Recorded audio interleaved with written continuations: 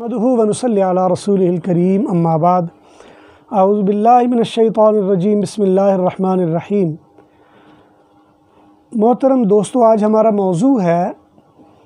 جو ایک نیا اللہ تعالیٰ نے شوشہ ہمارے درمیان چلایا ہوا ہے اور جو بڑے دھڑلے سے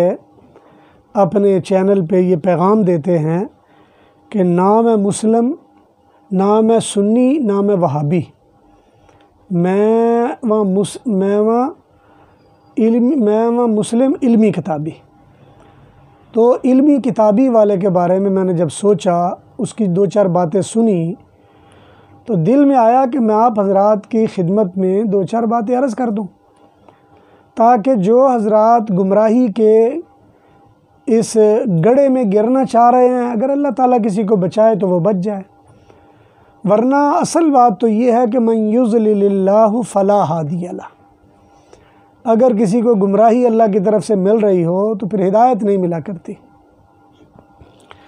جب وہ ہر بات پر دھڑلے سے مرزا انجینئر صاحب یہ کہتے ہیں کہ نام سنی، نام وہابی،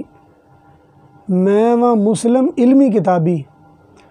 تو میں نے ان کی جتنی باتیں بھی سنی، پہلے تو میں نے سوچا کہ شاید ان پر کوئی وحی نازل ہو گئی ہے، یہ کوئی صاحب کتاب آدمی ہے۔ اس لیے کہ جب بندہ کتابی بنتا ہے تو اس کا مطلب اس کو اللہ کی طرف سے کوئی اپنی کتاب دے دی گئی ہے، اور شاید یہ خود صاحب کتاب بن گیا ہے۔ جیسے اس سے پہلے ایک اور مرزا صاحب بھی گزرے ہیں، وہ بھی پہلے لوگوں کو حدیث میں اور دوسرے مذاہب میں بڑے مقابلے کرتے، بعد میں خود نبی بن کر بیٹھ گئے تھے۔ اسی طرح شاید ان کے ذہن میں بھی کوئی ایسی سوچ ہو اور بیچارے معصوم لوگ ان کے جال میں پھنستے جا رہے ہوں، اس لیے کہ عامت الناس بیچارے معصوم ہوتے ہیں۔ ان کی حالت یہ نہیں ہوتی کہ وہ شروع سے ہی کوئی سازشی ہوں۔ ہر بندہ جو بھی مسلمان ہوتا ہے وہ بڑے اخلاص کے ساتھ کسی کی طرف مائل ہوتا ہے۔ یہ اگلی بات ہے کہ بعض اوقات وہ اس جال میں پھنس چکا ہوتا ہے اور نہ اس کے لیے وہاں سے نکلنا ممکن ہوتا ہے اور نہ وہاں سے اس کا باز آنا ممکن ہوتا ہے۔ اسی طرح مرزا انجینئر صاحب، ان کی جتنی میں نے باتیں سنی، مرزا محمد علی انجینئر مرزا محمد علی جیسا بھی ان کا نام ہے، ان کی جب میں نے باتیں سنی اور پھر یہ بار بار دھڑلے سے سنا، اور پھر ایک محفل میں نے دیکھا کہ انہوں نے الیاس قادری صاحب کی طرح وہ باقاعدہ وہ اسٹیکر بھی لگائے ہوئے تھے اور اس کے اوپر بھی لکھا ہوا تھا نام سنی، نام وہابی، میں مسلم علمی کتابی۔ اگرچہ بعد میں وہ اسٹیکر اتار کے پھینک دیا اور لوگوں سے نعرے بھی لگواتے رہتے ہیں اور یہی نعرہ ہوتا ہے ان کا، لیکن سچی بات یہ ہے کہ مسلمان ہو اور کسی بابے کے بغیر ہو، اس کے اسلام کا اعتبار نہیں رہ جاتا۔ اس لیے کہ اللہ تبارک و تعالیٰ نے دو چیزیں ہمیں دی ہیں، ایک اللہ تعالیٰ نے محمد کریم دی ہے اور ایک اللہ تعالیٰ نے قرآن کریم دیا ہے۔ یہ دو چیزیں دی ہیں۔ اہمیت زیادہ کس کی ہے؟ محمد کریم کی۔ ہم قرآن کریم کو قرآن کیوں مانتے ہیں؟ کیونکہ محمد کریم نے کہا، یہ محمد کریم پر نازل ہوا، نزل علی قلب محمد، یہ محمد کریم نے آگے صحابہ کو دیا،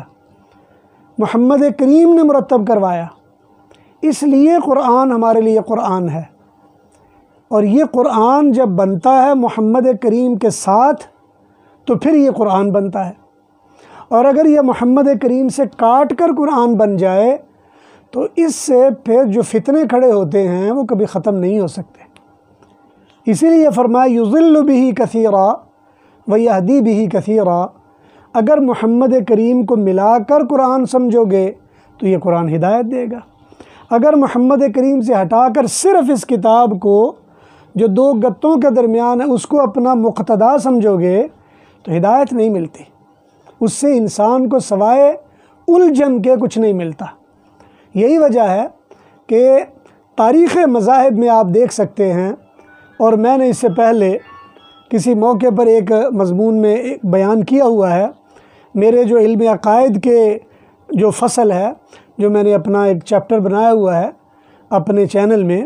اس میں اس موضوع پر آپ کو مل جائیں گے۔ اس میں واضح طور پر میں نے عرض کیا کہ قرآن کو بنیاد بنانے سے بہت سارے فتنے اور فرقے کھڑے ہوتے ہیں۔ ابتدائے صدر اسلام میں خارجیوں کا کھڑا ہوا فرقہ، بعد میں معتزلہ کا فرقہ کھڑا ہوا، اور یہ چلتے چلتے سر سید احمد خان آ گئے۔ سر سید کے بعد آگے چل پڑیں، غلام محمد پرویز صاحب آ گئے، اور تھوڑا سا پیچھے درمیان میں دیکھ لیں اسلم جراج پوری صاحب آ گئے۔ اسی طرح بلاغ القرآن کے نام سے چکڑالوی فرقہ پیدا ہو گیا۔ اور حقیقت بات یہ ہے کہ قرآن کریم کو مستدل ماننے کے لحاظ سے جو صحیح معنوں میں کتابی بنتے ہیں، چکڑالویوں سے زیادہ مضبوط فرقہ میں نے آج تک نہیں دیکھا۔ لیکن آپ چلتے چلے جائیں، اور آج کل وہ شیخ محمد نامی ایک صاحب کھڑے ہو گئے ہیں، ایک اور اسی طرح کینیڈا کے ایک صاحب ڈاکٹر صاحب ہیں، ان کا نام مجھے یاد نہیں، وہ کھڑے ہو گئے ہیں۔ اسی طرح قرآن کو بنیاد بنا کے لوگ بہت سارے کھڑے ہو جاتے ہیں۔ اگر آپ بابے کے بغیر قرآن کو سمجھنا چاہیں گے تو قرآن نہیں سمجھ آئے گا، بابے کے بغیر دین کو سمجھنا چاہیں گے تو نہیں سمجھ آئے گا۔ اور محمد کریم کے بعد ہم جتنے بھی بابوں کو مانتے ہیں، ان کی ماننے کی صرف وجہ ان کی محمد کریم کی اتباع ہے۔ جو محمد کریم کی اتباع میں جتنا کامل ہوتا جاتا ہے، ہمارے لیے وہ اتنا معظم و محترم ہوتا چلا جاتا ہے، اور جو محمد کریم سے جتنا بغاوت اختیار کر کے سائیڈ پہ ہوتا جاتا ہے، ہمارے لیے وہ اتنا راندہ درگاہ بنتا چلا جاتا ہے۔ ہماری نظروں میں وہ اللہ کی بارگاہ کا راندہ درگاہ ہے۔ لہٰذا مرزا انجینئر محمد علی صاحب، انہوں نے یہ نعرہ تو لگایا کہ علمی کتابی میں مسلمان ہوں اور میں کسی بابے کو نہیں مانتا، لیکن افسوس سے کہنا پڑتا ہے کہ جتنے بھی ان کے میں نے پیغامات سنے، ان کی مجلسیں سنی، ہر مجلس میں بابا ہی نظر آیا، اور سامنے بھی 5-6 کتابیں بابوں کی پڑھی ہوئی ہوتی ہیں۔ ان میں سب سے زیادہ جس پر وہ فخر کر رہے ہوتے ہیں بابوں کو، وہ مسلم بخاری ہیں۔ وہ کہتے ہیں جی صحیحین مسلم بخاری۔ اب مسئلہ یہ ہے کہ ان کو اللہ کے بندے کو سمجھ نہیں آتا، یہ بخاری بھی ایک بابا ہے جو 3 صدی ہجری میں پیدا ہوا تھا، یہ صحابی نہیں ہے، تابعی بھی نہیں ہے، یہ تبع تابعی بھی نہیں ہے۔ اور اگر امام ابو حنیفہ کی سند کا سلسلہ وہ مانا جائے تو پھر یہ تبع تابعی بن جاتا ہے، ورنہ یہ تبع تابعی بھی نہیں بنتا۔ اس لیے امام محمد بن اسماعیل البخاری، جس نے اپنی صحیح مرتب کی ہے، یہ ایک بابا جی ہیں جنہوں نے اپنے شرائط متعین کر کے اور اپنی اسناد کے ذریعے سے احادیث کو جمع کیا ہے، اور جو احادیث یہ جمع کر رہے ہیں، یہ ان کو حضور صلی اللہ علیہ وسلم کی باتیں بخاری کی وجہ سے کہا جاتا ہے۔ ایسا نہیں ہے کہ اگر مرزا صاحب خود یہ کہیں کہ یہ حدیث ہے اور میں نے خود حضور سے سنی ہے، انہوں نے حضور سے نہیں سنی، انہوں نے بابا جی محمد بن اسماعیل بخاری سے سنی ہے، اس لیے یہ ایک بابا جی ان کے آ گئے۔ پھر ایک اور بابا جی وہ بڑے دھڑلے سے نام لیتے ہیں، امام مسلم قشیری ہیں، جن کی صحیح مسلم ہے، یہ بھی ایک بابا جی ہیں، یہ امام بخاری کے شاگرد ہیں، یہ ایک امام بخاری کے شاگرد ہیں، اور ان کی بھی صورتحال یہی ہے کہ انہوں نے بھی امام بخاری کی تقلید میں صحیح مسلم مرتب کی، اور کچھ شرائط میں ان سے اختلاف کیا، اور اسی طرح اپنا ایک طریقہ تدوین حدیث مرتب کیا، اس کے مطابق صحیح حدیث کے ذریعے سے انہوں نے احادیثیں مرتب کی۔ بعض احادیث ہیں جو بخاری کے نزدیک صحیح ہیں، مسلم کے نزدیک نہیں ہیں، اور بعض ہیں جو مسلم کے نزدیک ہیں، بخاری کے نزدیک نہیں ہیں۔ بھائی یہ دونوں بابے ہیں، ان کے پاس جبرائیل نہیں آتے تھے، اور نہ جبرائیل نے آ کے ان کو بتایا، نہ یہ صحابی ہیں کہ حضور سے خود سن رہے ہوں، یہ 3 صدی کے بابے ہیں۔ پھر ایک اور بڑے دھڑلے سے انجینئر مرزا محمد علی صاحب فرما رہے ہوتے ہیں، جی ہم بابوں کو نہیں مانتے، یہ شعیب ارناؤت کا ایک نام بڑے دھڑلے سے لیتے ہیں، اور اکثر لوگوں کو نہیں پتہ ہوگا شعیب ارناؤت کون ہے۔ یہ شعیب ارناؤت یہ شام کے ایک محدث گزرے ہیں، جرح و تعدیل کے ماہر تھے، اور کئی کتابوں پر ان کی جرح و تعدیل و تخریج ملتی ہے، شعیب اور ناؤت نے شرح بھی لکھی ایک دو کتابوں کی، یہ بھی ایک بابا جی ہیں جو 13ویں صدی کے آخر اور 14ویں کے شروع میں گزرے ہیں، اور یہ بھی بابا جی ہیں، بلکہ 14ویں اور 15ویں کے شروع میں گزرے ہیں، یہ بھی بابا جی ہیں۔ یہ کوئی پیغمبر نہیں ہے، نہ جبرائیل ان کے پاس آتے تھے اور نہ ان کو وحی ہوتی تھی اور نہ قرآن ان کے پاس تھا۔ یہ بھی بابا جی ہیں جنہوں نے ابن حجر اسقلانی اور علامہ ذہبی اور دوسرے محدثین کے تاریخی لحاظ سے جو انہوں نے کتابیں مرتب کی، جرح و تعدیل کی، ان کو بنیاد بنا کے حدیث پر جرح و تعدیل کا حکم لگایا ہے۔ لیکن یہ بھی انسان اور بابا جی ہیں، ہمارے لیے تو محترم بابا جی ہیں۔ مجھے نہیں پتہ کہ آپ ان بابا جی کو کہاں پہ کھڑا کریں گے۔ اسی طرح ایک اور بابا جی جن کا آپ بڑے دھڑلے سے نام لے رہے ہوتے ہیں اور آپ کہہ رہے ہوتے ہیں جی ہم تو مسلم علمی کتابی ہیں، یہ ناصر الدین البانی صاحب کے بارے میں بتائیے یہ کون ہے؟ ناصر الدین البانی اب تک اہل حدیث علماء کے درمیان بھی متنازع ہیں۔ آج کے دن تک اہل حدیث علماء پوری دنیا کے، میری مراد مسلک اہل حدیث نہیں، فن حدیث کے ماہر علماء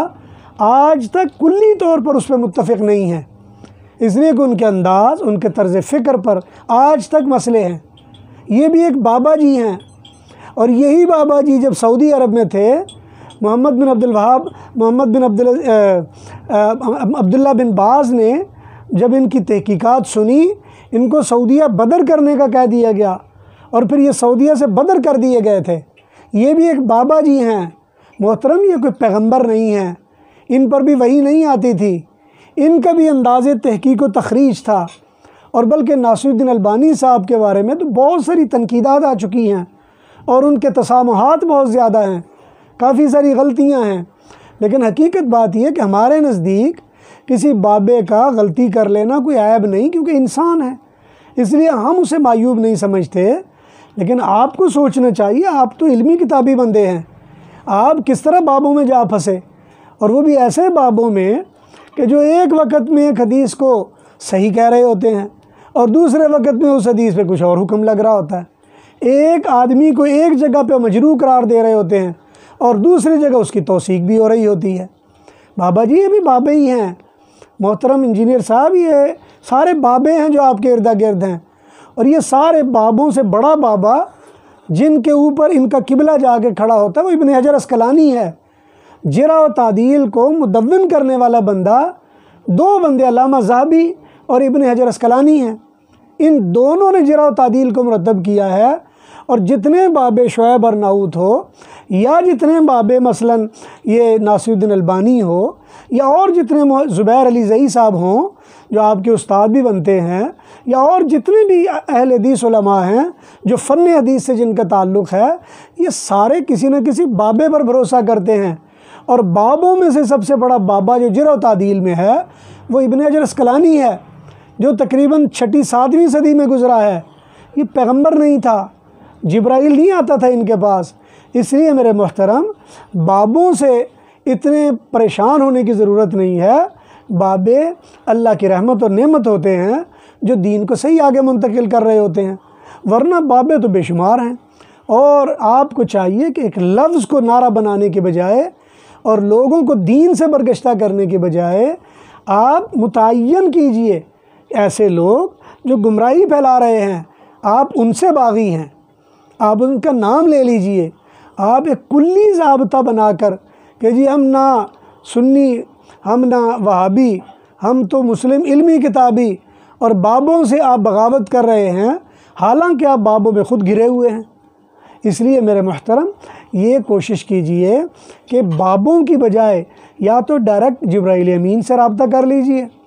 یا کوشش کیجئے کوئی اپنی کتاب آپ پر بھی نازل ہو جائے، یا کوشش کیجئے جیسے غلام احمد قادیانی پر بھی کوئی آیا کرتے تھے جو فرشتے تھے، کوئی یواش تھا تو کوئی ٹیچی تھا تو کوئی اس طرح کے نام تھے، تو خدا نہ خواستہ ایسا نہ ہو کہ بابوں سے بغاوت کرنے کی صورت میں کہیں جبرائیل کوئی نامی کوئی فرشتہ یا کوئی اور آپ پر بھی نہ آ جائے۔ تو اس لیے یاد رکھیں اسلاف قابل احترام ہے، قرآن نے یہی ہمیں طریقہ بتایا، دین متین نے یہی طریقہ بتایا۔ قرآن کریم میں اللہ نے فرمایا تلک امۃ قد خلت لہا ما کسبت وَلَكُمْ مَا كَسَبْتُمْ، یہ نیک لوگ تھے گزر گئے، جو انہوں نے کیا اللہ سے پائیں گے، تم سے وہ پوچھا جائے گا جو تم کرو گے۔ وَلَا تُسْأَلُونَ عَمَّا كَانُوا يَعْمَلُونَ، تم سے ان کے عملوں کے بارے میں نہیں پوچھا جائے گا۔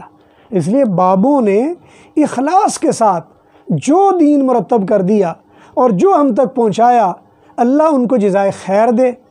اگر کسی نے کچھ جان بوجھ کے گڑبڑ کی ہے تو ہمارے پاس جرح و تعدیل کا علم ہے، ہمارے پاس فقاہت ہے، ہمارے پاس ائمہ ہیں، ہمارے پاس اساتذہ ہیں، ہمارے پاس سادہ لفظوں میں آپ کی زبان میں کہوں تو بہت سارے بابے ہیں، اور وہ بابے اتنے ماہر ہیں، ان کے پاس دین اور معرفت کی ایسی کسوٹیاں ہیں، 1 منٹ میں بتا دیتے ہیں کہ یہ بات دین کی ہے، یہ بات دین کی نہیں ہے۔ اس لیے ان بابوں سے لوگوں کو باغی نہ کریں، آپ لوگوں کو جہالت سے باغی کریں۔ لیکن آپ نے تو دین کی بنیاد ہی ہلانا شروع کر دی، حالانکہ آپ خود بابوں کے بغیر ایک قدم نہیں چل سکتے۔ آپ اپنا مجھے ایک کلپ شیئر کر کے بتا دیجئے جس میں آپ نے بابے کسی کا تذکرہ نہ کیا ہو۔ آپ تو بابوں کا ذکر کر رہے ہوتے ہیں،